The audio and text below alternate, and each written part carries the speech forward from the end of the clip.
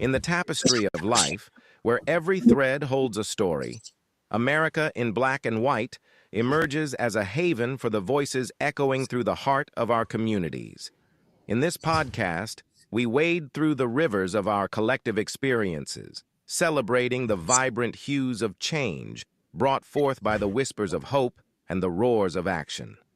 It's more than just a conversation. It's a journey into the heart of our society, illuminated by the light of those daring to dream and do. Join us, and let your voice be the melody that guides us toward a dawn where every color finds its place in the masterpiece of our shared destiny. Together, let's paint a future brimming with the positives that dwell in our minds and the actions that shape our world. Good evening, ladies and gentlemen, and welcome to another episode of America in Black and White. I'm your host, Charles King. I want to start tonight's show off with a Black History reflection of Dr. Claude Anderson, the architect of Powernomics. Before we welcome our guests, let us take a moment to ground tonight's episode in the wisdom of one of the most important economic thinkers in Black American history, Dr. Claude Anderson. Born on September 2nd, 1936, Dr. Claude Anderson came of age during the height of American racial segregation, a period when Black Americans were systemically excluded from the economic systems that were building the wealth of white America. Rather than accept that exclusion as permanent, Dr. Anderson spent his life studying, documenting, and strategizing against it. Dr. Anderson earned his doctorate in education from Wayne State University and began his career in public service and education. In the 1970s, he served as the state coordinator of education for Florida under Governor Reuben Askew, navigating the turbulent era of desegregation.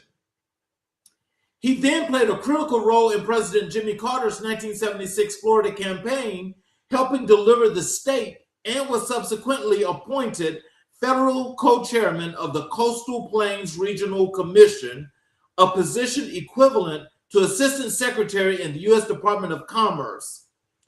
In this role, he chaired economic development commissions and directed funding for job-creating businesses across the southeastern states.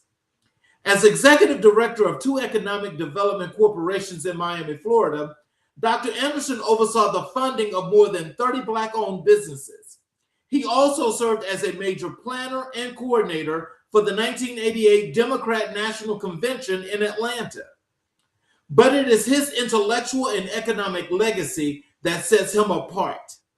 Dr. Anderson is the president and founder of Powernomics Corporation of America, Incorporated, and the Harvest Institute, a nationally recognized think tank dedicated to research, policy development, education, and advocacy aimed at increasing the self-sufficiency of Black America.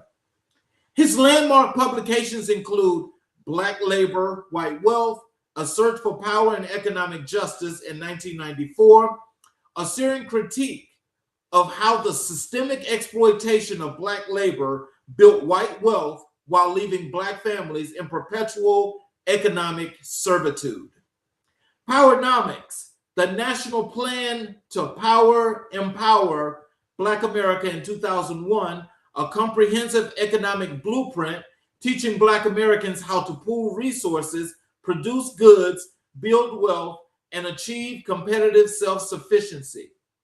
More Dirty Little Secrets About Black History, co-authored with his son, Brant Anderson, challenging mainstream historical narratives and elevating the documented contributions of Black Americans. Dr. Anderson's Powernomics philosophy is built on the foundational truth: wealth is not built by individuals alone, it is built by organized groups who control production, distribution, and consumption within their own communities. He rejected the idea that Black Americans should integrate themselves into a broken system and instead advocated for a deliberate, strategic, and unapologetic focus on Black group economics. His message is simple, powerful, and urgent. Until Black America controls land, businesses, capital, and institutions in a competitive way, economic freedom will remain elusive. Tonight's conversation with Carlton O. Hoskins stands on the shoulders of Dr. Anderson's vision. Because when we talk about retirement planning, wealth strategies, and intergenerational financial transfer in the Black community, we're not just talking about money. We're talking about power. We're talking about legacy. We're talking about liberation. Black Americans must decide whether they want to be a competitive group or a permanent beggar group in America. That's Dr. Claude Anderson. So now let me take the time so I make sure I can introduce our guest for you. I want to welcome you all to America in Black and White, the show that takes a clear, honest, and unapologetic look at the world we live in. The history that shaped us, the strategies that will define our future. And tonight, we're continuing a conversation that this nation desperately needs to have. We're living in a time when wealth inequality is not just a talking point. It is a lived reality for millions of Black families across this country. We work hard, we build, we sacrifice, and yet too often we retire broke, we leave nothing to our children, and the cycle continues. But tonight's guest is here to help us break that cycle. One conversation, one strategy, one informed decision at a time. Before we bring him out, I want to acknowledge something important. Financial education is not just a luxury. It is a necessity. It is survival. Our ancestors were legally prevented from building wealth. Our grandparents were redlined out of home ownership. Our parents were sold bad loans in predatory markets. We did not end up behind by accident. It was by design, but tonight is about the redesign. We have a gentleman joining us who has dedicated his career to helping individuals, families, and businesses, particularly in the Black community, understand how to organize, build, protect, and transfer wealth.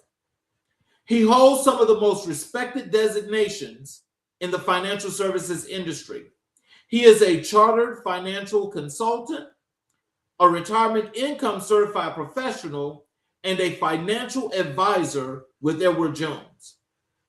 He is based right in the heart of South Carolina, and he's making waves across this country. Tonight, we're going to talk about his journey, his purpose, his strategies, and his vision for what financial freedom looks like in the Black community. So sit back, get your notepad ready, because this is the kind of conversation that can literally change your financial trajectory. Ladies and gentlemen, welcome to America in Black and White, Mr. Carlton Hoskins.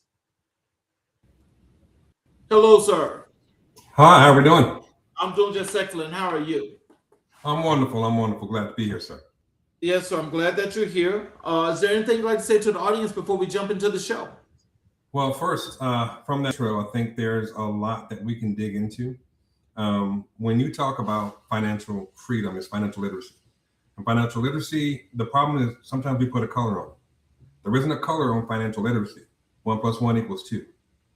What we need to put on is how do we possess and pass literacy? Let's not allow others to teach each other. Let's learn and teach our children so that they learn. So let's really dig into what financial literacy can be, how it empowers you, because the biggest power is to pass on the intergenerational wealth to the next generation. So, like I start all shows, I'd like to give the audience the opportunity to learn a little bit more about you as we get into the great things that you're going to be talking about today. Sure. This, I like to call it your life story. Welcome to America in Black and White. And if you can you please tell us who is Carlton Hoskins at the core? And who are you beyond the titles and the credentials? So at the core, I would say I am a father, a husband, a grandfather, a papa, as he said. I am a person who is grounded in his faith and his beliefs, and who in his core cares about people.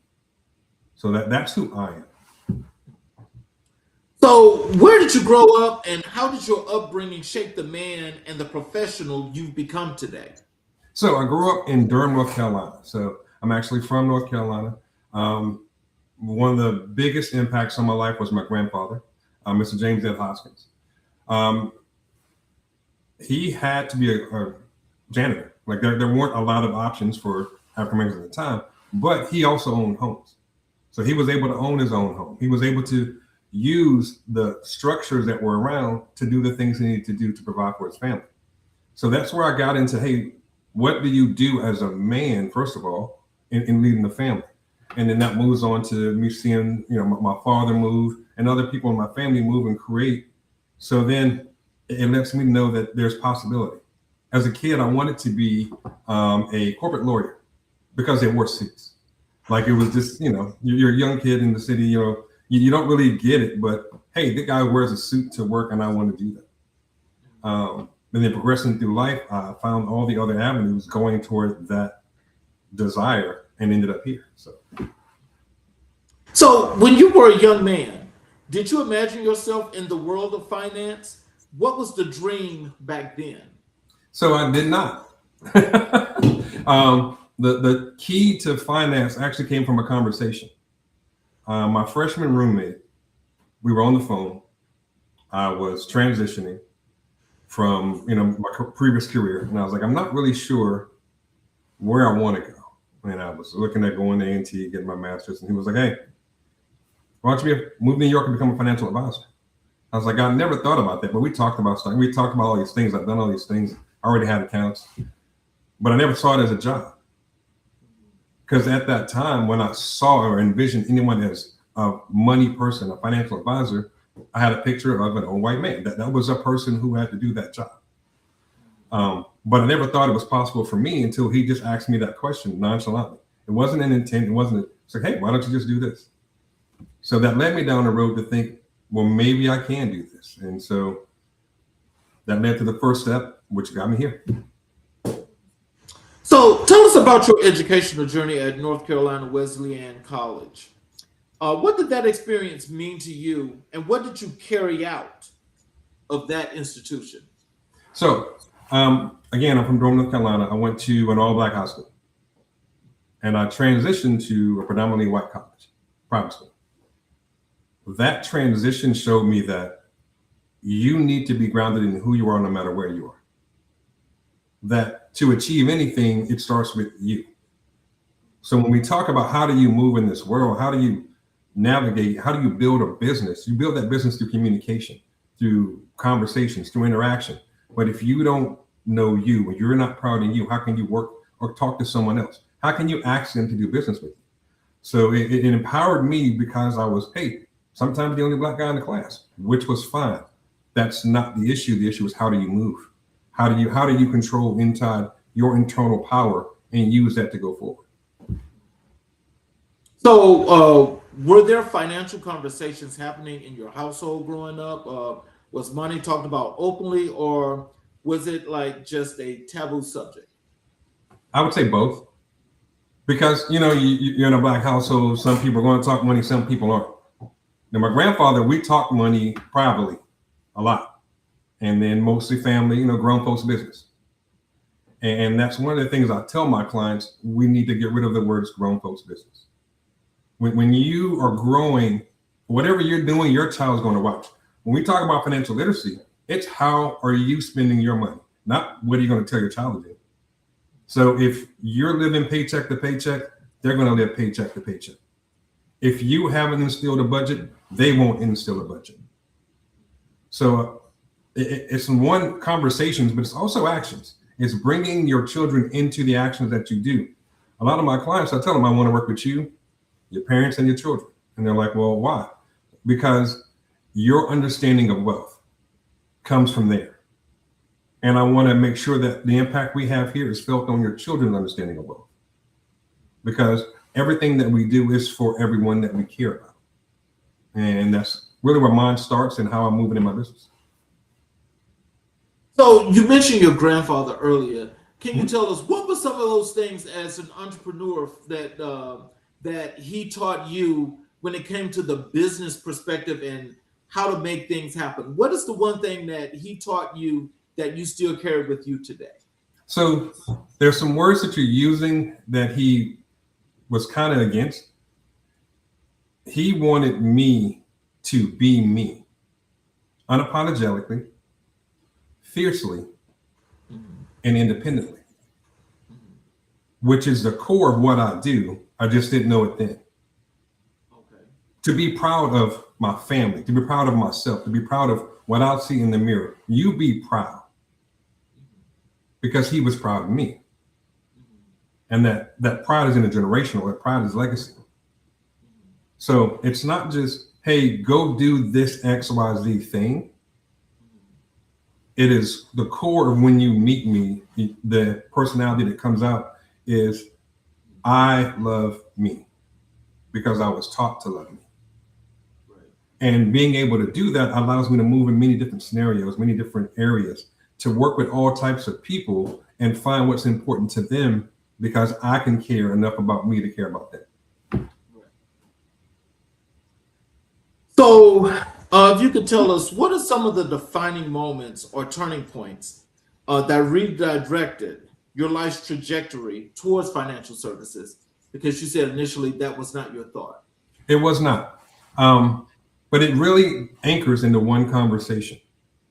So I was transitioning careers. I really didn't know what I wanted to do. I was like, man, I'm gonna go back to school. I'm gonna go kind of live life, take a sabbatical.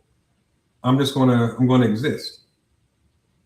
And so I called my freshman roommate, who, like, and that's just the guy. That's one of my main go-tos. Hey, there's something going on. I'm having a conversation with him, and he heard me, he listened to me, and he goes, okay, now I know you on another level. So my question to you is, why don't you do this? So to know me, to understand, when you ask me, why don't I do something, I'm more than just going to answer. I'm going to figure out, well, why can't I? Is there something stopping me? Is there a block in my way? Because like I said, I love me, so I need to be empowered to take those things. So it wasn't just, well, I'm going to listen to him and not interact. Hey, let me dig into this and see why he even said that to me in the first place. What about me made that impactful? So then you go out. My first interview was the reason I'm here. It was horrible. And when I tell you it was horrible, it was, I think, the worst interview I had ever had in my life. And I had to go home and reprocess and rethink, what do I want to do? Like I stuttered, I didn't have, like there was no motivation. I was just there because somebody said it's probably something I should do. So I went home. I did not get the job, mind you. So I go home and then I start to consider, what does this job do? What am I trying to do? What does it mean to be a financial advisor for anyone? What's the impact? And then I start to see it. And then I start to look at myself. So without an appointment, without any kind of phone calls, I go back to where I had my interview, fully dressed for an interview, came in, knocked on the door, actually have a conversation, and explained that I would be the world's best financial advisor if you gave me that opportunity right now, because I now know why I should be doing this. Now, that led to so many interactions within this industry with people who look like me, people who don't look like me, who just saw that energy and fire in me on helping me understand how to move. Understanding that you have to work. You're working to help people. The people that need help don't really want it. You know, everybody has their own vision of, oh my God, this is what you're going to do. Now, you want to talk about the Black community, especially, we have a vision of, oh my God, this is what, you just want to take my money and da da da. And so it's working past everyone's mental stereotypes. It's working past what people think you do to get them to understand that what you do and how you help. And there's nothing like, I will tell you, there's nothing like meeting someone who tells you they would never retire. And in 2 years, having them retired comfortably and staying retired. Because you were able to show them those things they couldn't see. So, can you describe the moment you knew, or was it that moment that you just mentioned, that without a shadow of a doubt that this was your calling? And if so, what was that clarity like? Okay, so the moment I knew was the first time I did not get my client. It was my very first meeting. The guy came in, he told me what he had, and I kind of froze. I knew I was unprepared, and I was working with someone else. So when the meeting ends, and the meeting wasn't the issue, it was when I spoke to the person I was with, and they asked me, "This, yes, is a business you can make money, but do you care what happens to the people that you talk to?" And I was like, "What do you mean? Do you care? I don't care if they got $1 or 100 million. Do you care about the person that you're talking to? Because if you don't, then this isn't for you. If you don't have the care, the space to care about people, about what your information does for their life, then this is not your industry." And that, I think, was a turning point, because I do realize that I care. I do want to make sure people are where they want to be. I want to move them forward. I want them to see that bright light at the end of a hard-working tunnel, that you can not only enjoy your retirement phase, you can transition wealth to your children. You can do all these things. Someone is secure enough to help you do it. So, what does success mean to you? Not the industry definition, but your personal soul level definition. So success for me is quality time with my family. It's not money. We make money. All people can go out and make money. You can go out and make money if you want to work and make money. You can't make time. You can't make the conversations, the memories. You can't make that without it being a focus of your life, without it being a focus of what you want to achieve. So for me, success is not only being able to go to work, but then being able to go home and take time and travel with my wife, travel with my grand, travel with my kids, spend that time with my family, and make those memories that are irreplaceable. So let's talk a little bit about your career journey and your professional evolution. Walk us through your career path from early days in financial services through Scott Trade, Wells Fargo, and your return to Edward Jones. What lessons defined each chapter? So the first chapter, actually, I first started with Ameriprise Financial. That was more of a sea legs. Hey, this is something real. Like this, there is not just numbers. 1 + 1 = 2, but there's emotion, there's heart that goes along with this. Moving towards Scott Trade, I also began to teach advisors. I began to help mold people, mold the future. And I learned that instilling not just an understanding of the markets, but an understanding of what people are looking for, what someone wants to achieve matters. Listening to people. So, for example, when I meet someone, the first conversation is not about how much money you have. It's about you. Because I understand now that unexpected and unforeseen are the things that cause you not to achieve your goals. And unexpected and unforeseen aren't a number thing. So like if you're driving the car and you get a flat tire, you know you got to buy a flat tire. That flat tire was unexpected, right? You didn't foresee it, but you have a car, so you have some money, so you got the tire. What I'm talking about is when you're in retirement and you're living your life and you know you got your parents and you got your kids, but your uncle who you truly love is sick. And you want to help him. If you never had that conversation with your financial advisor, with the person who manages your money, to have something there for some people that you care about that are not direct family, how do you help without impacting your future? And that's something that I've seen, and it really anchored into me coming to the person that I am and starting in those places. So I hope that helps understand like the journey and why I am in love with what I do.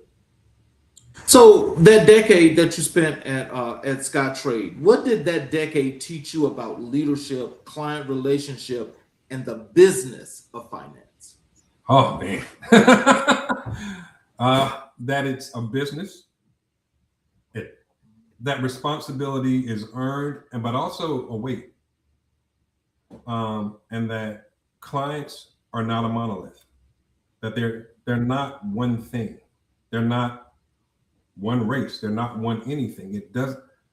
Everybody is completely and 100% who they are, and you need to take the time to learn that before you move forward. For example, if you meet a client and they say, "Hey, I have $100 million," cool. You're thinking all these other things, but you haven't said, "Well, what does that mean to you?" So I think that decade there taught me to understand that learning and communicating with people about what's important to them is way more important than just taking somebody's money. You know, it taught me that education, it taught me about financial literacy. It taught me that all those things that one I love to do are so important to everyone. Because as I said, you can go make money, but making money is not transitioning money. It's not using money. It's not understanding how money works in other areas. It's making money. So can you tell us that after learning this and having all of this, pointing up in the ascending direction of greatness, is this when you got to the point of knowing how you were going to set the standard for your own firm as to how you would be dealing with your clients, your business, how you would recruit, how you would do the transactions, all of those good things? So it was a stepping stone. Mm-hmm. I think, and my experiences at Wells Fargo right after this helped me with clarity. The transition was to be closer to home, to be in an environment where I was 10, 20 minutes from my wife, the kids were driving. So, you know, it was really how do we spend that time together that's important. But it was a transition to a completely different style. Not bad, not good, just different. And it gave me the ability to compare on, well, what do I think should be the right way to move? And then that allowed me to go, hey, I don't just chase money. I want to work with people who want to work with me. I want to work with people who have a desire or a goal, because that's important to me. How I feel when I help somebody achieve is that thing. That's that thing you chase. For me is, hey, we've done those things you wanted to achieve. You're at a point and place where you wanted to be. You've dreamt. Now you're here.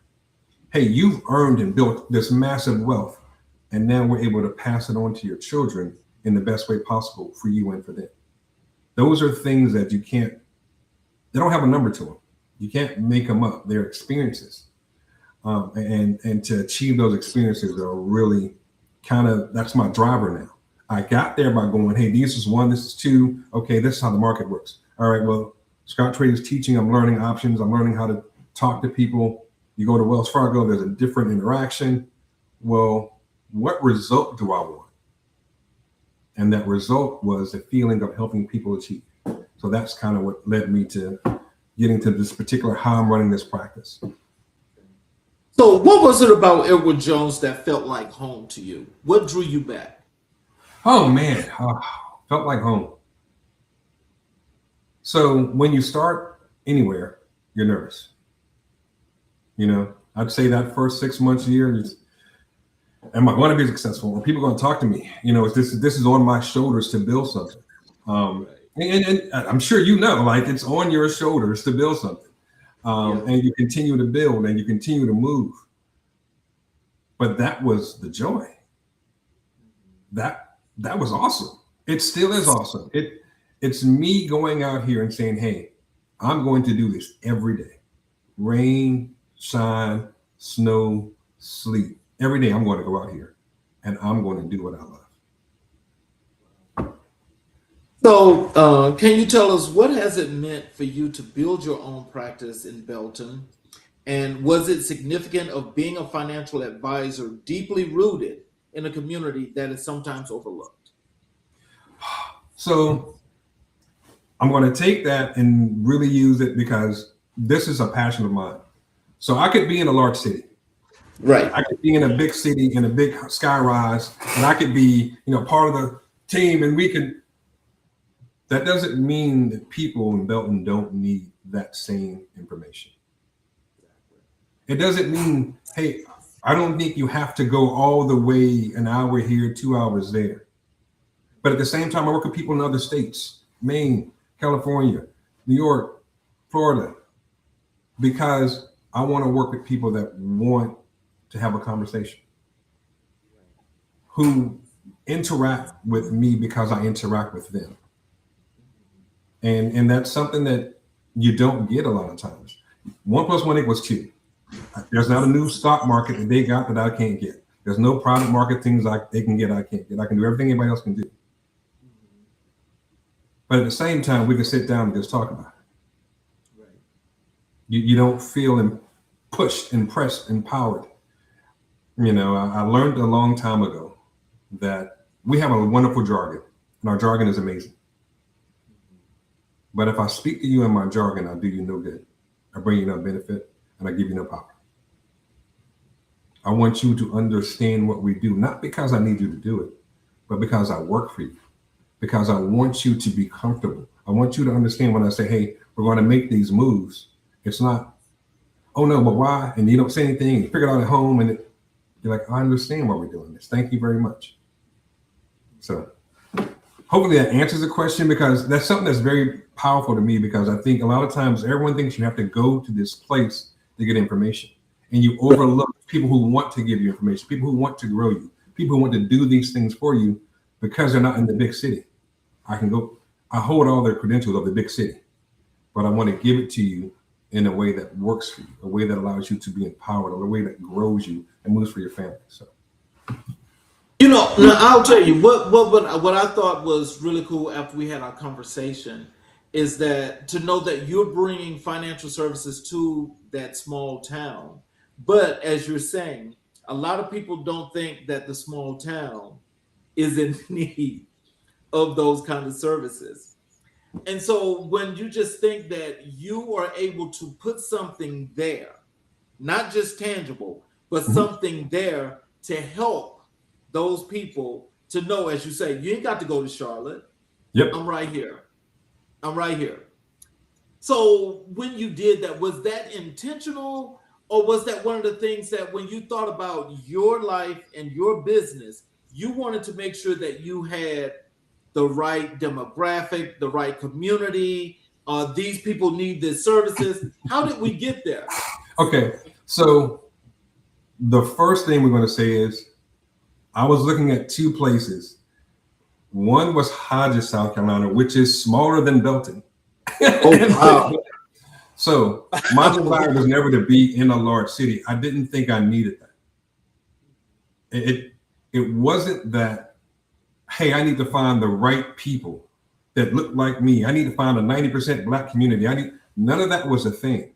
I wanted to find a place where people were hardworking, where people wanted more, and I wanted to be part of helping people. That's really wonderful. So, can you tell us, how has your approach to advising your clients evolved from the beginning of your career to today?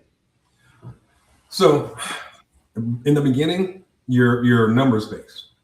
You are trying to prove you know something by moving money and talking about the performance.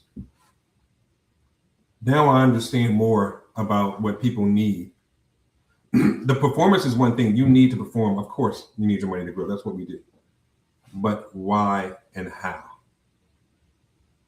So I like to do things personally. I talk about what I did, and this is how it allows me to talk about other people. So, you know, my children all went to college, graduation, some didn't graduate, whatever, but they went. When they went, we paid. We helped facilitate their education. Now, before they went, we traveled around in the States, me, my wife, and the kids. But my goal was always to travel more. So the plan was, for this money that I was spending right now for education, the long-term play with that, well, that was our travel money. It wasn't going to come back to me for retirement. That was another plan I already put in place. It wasn't going to go to bills. There was another plan. I was planning for a goal that was not there, that had to have things happen to achieve. So That's what I bring to my clients. You have these goals, and we look at them like, hey, my budget this month, what I want to achieve this week. I've got $5 million. I want to leave this to my kids. I've sold my business. Great. But what really is at the core of that? What is the important thing about all of that for you so that I can really take you where you want to be? So tell us, how do you stay current in an industry that is constantly evolving, from tax law to market conditions to new financial products? Oof, man. Always reading, always learning, always watching. So my designations, some of them are maybe a year old. I'm always learning. I plan on adding new ones as the industry evolves. I stay up to date in different circles of information and industry through different communications and connections that I have. So due diligence meetings, things of that nature. So you're always looking at what that next thing is. I'm not a tax preparer. Okay. I'm not a tax professional, but I stay up to date on tax law. I communicate with CPAs. When I have my larger clients, I bring a team in. That's when we bring the alphabet soup, the CFAs, your CPAs, all these people. So I also have a team of people, each one with a job to stay focused on things that I don't do. My job is not to know everything, but it is to quarterback. So let's go over to your work in financial education and literacy. So first of all, can you tell us, why is financial literacy so critically important, and why do you believe the Black community in particular has been underserved when it comes to financial education? Okay, financial literacy, simply put, is how you spend, use, and save your money. If you do not know how to do that, there is not much anyone can do to help you. So Absolutely about that. if you don't understand a budget, how can you build? Doesn't mean you can't make money. You can make $1 billion and not know how to budget. You can make $1 billion and not know how to move it to your children the correct way.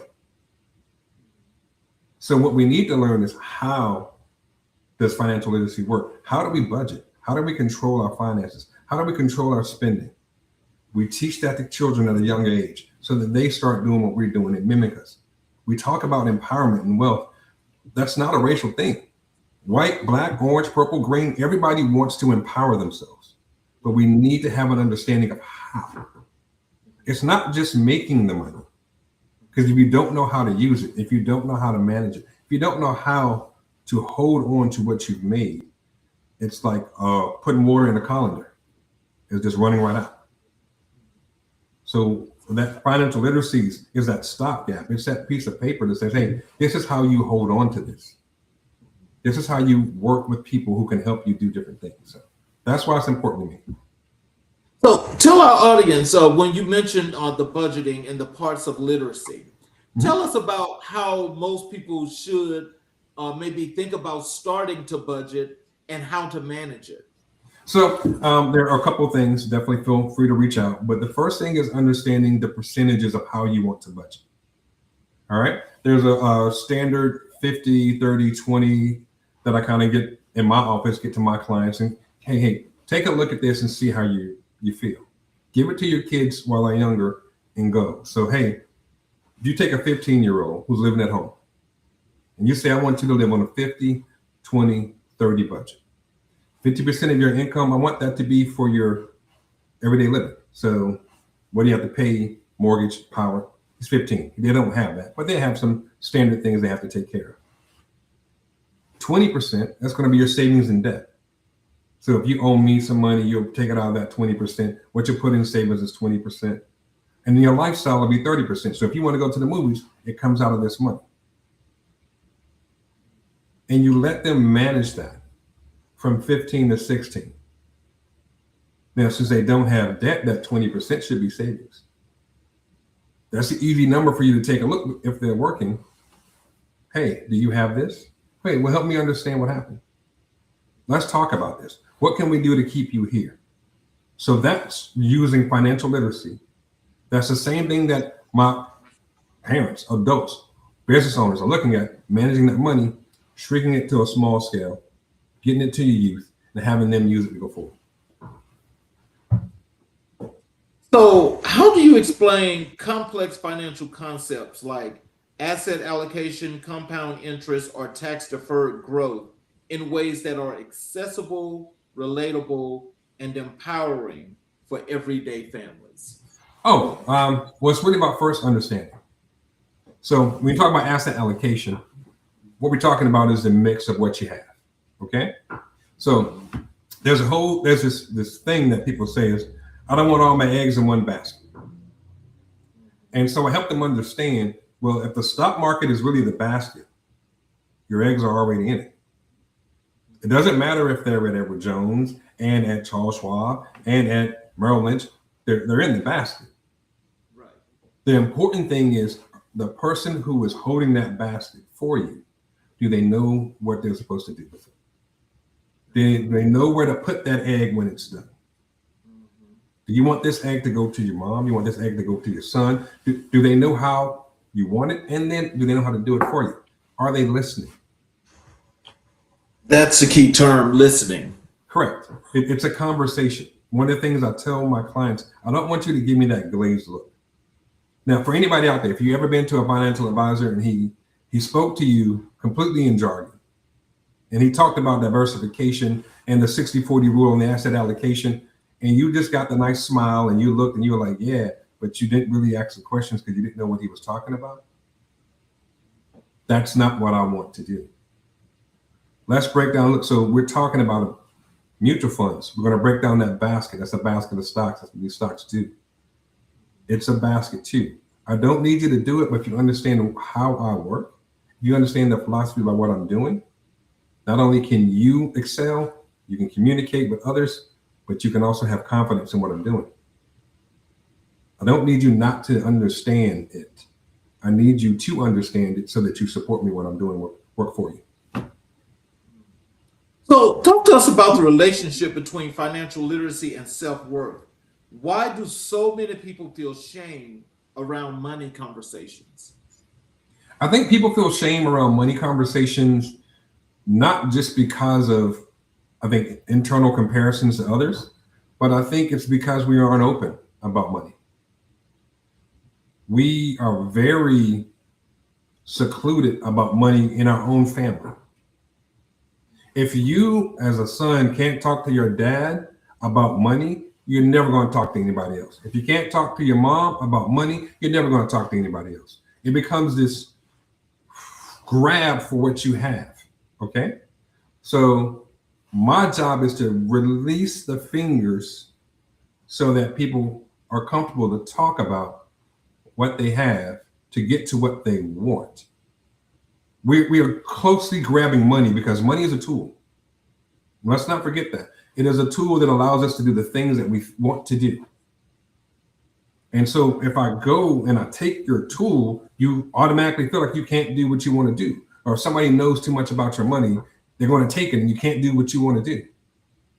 And that's really the mentality that we put around money. Whereas I tell everyone, you need a team.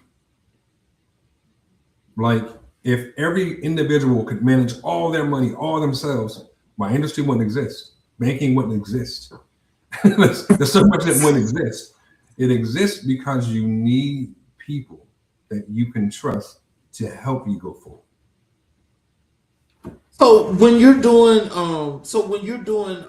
your work, when you get a new client, so basically, are you taking them like through a whole process of understanding financial literacy, or are you like just taking them through concept? Because the premise of the question is, how do your clients actually understand the work that you're going to be doing for them? So everybody's different. So it's an independent conversation about where you are, where you want to be, what you've done, what you need to do. And that's going to be different from every person. So what I'm going to do is we're going to talk about who are you, what's important to you, what are the things that make you spend money. All right. That's the hardest thing to talk about with anybody. People will tell you, this is what I have in my bank account. They won't tell you, I care about this person over here who you don't know, and if something happens, I want money to go there. So step one is what's important. Because I can't build a true plan if I don't know what's important. Step two then moves on to, well, what do you have and how is it there? We look at, what do you have? Where is it located? How is it allocated? What's the tax implications? What do we need to do to make what you have do more for you? Step three is implementation. Implementation has many different looks and vibes depending on who you are and what we're implementing. And then you've got 4 and 5, where we're taking a look at, hey, every day we're moving and changing. So maybe there's some things that we need to move or some things that stay consistent. Now, financial literacy is all those steps. So the first step, well, finding out where you are, that allows me to come back and say, hey, I looked at your budget and you talked about this person here. I don't see them in that budget. Not just now, I don't see them in the 10, 20-year budget. Why not? So what does that look like when we readjust how your money is? What does that look like? And we start going down those roads and build those strategies. So now at the same time, financial literacy for someone maybe who inherited money is going to be completely different. We're going to be looking at what have they done with their money before you add on what you've inherited to understand a good foundation before you add on to it. So there's not one answer for financial literacy. It's depending on where you are in your stage, but the goal is still the same. Understand money, how it works and how you use it, and how we can help you move forward. So, can you tell us, how does community and culture play in the approach to money? That's personal for every individual. There's some people who look at the community impact of their move.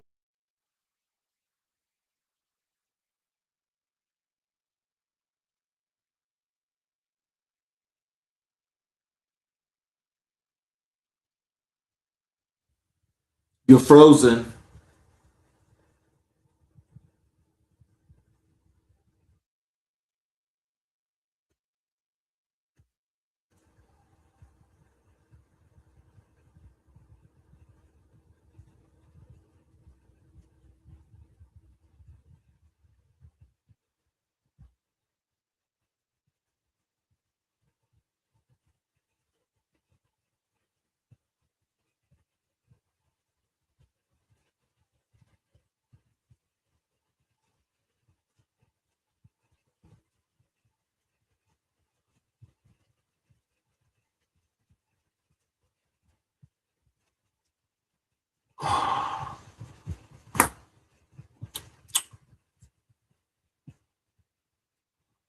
Let me see about what we can do about this, ladies and gentlemen.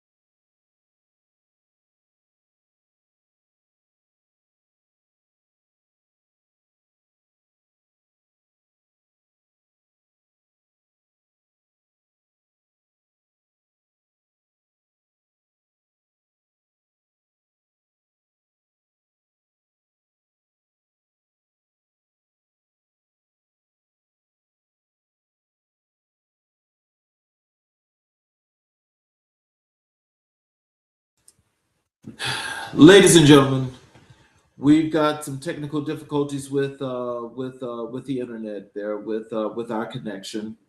Mr. Haskins is not able to log back in, so I apologize.